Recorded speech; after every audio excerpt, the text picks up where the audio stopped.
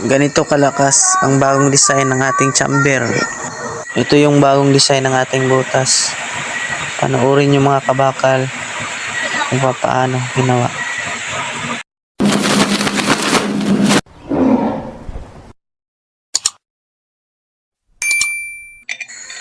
Hello po mga kabakal.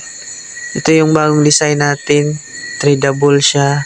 Yung butas niya sa ilalim 8. Tsaka sa gitna naman 4.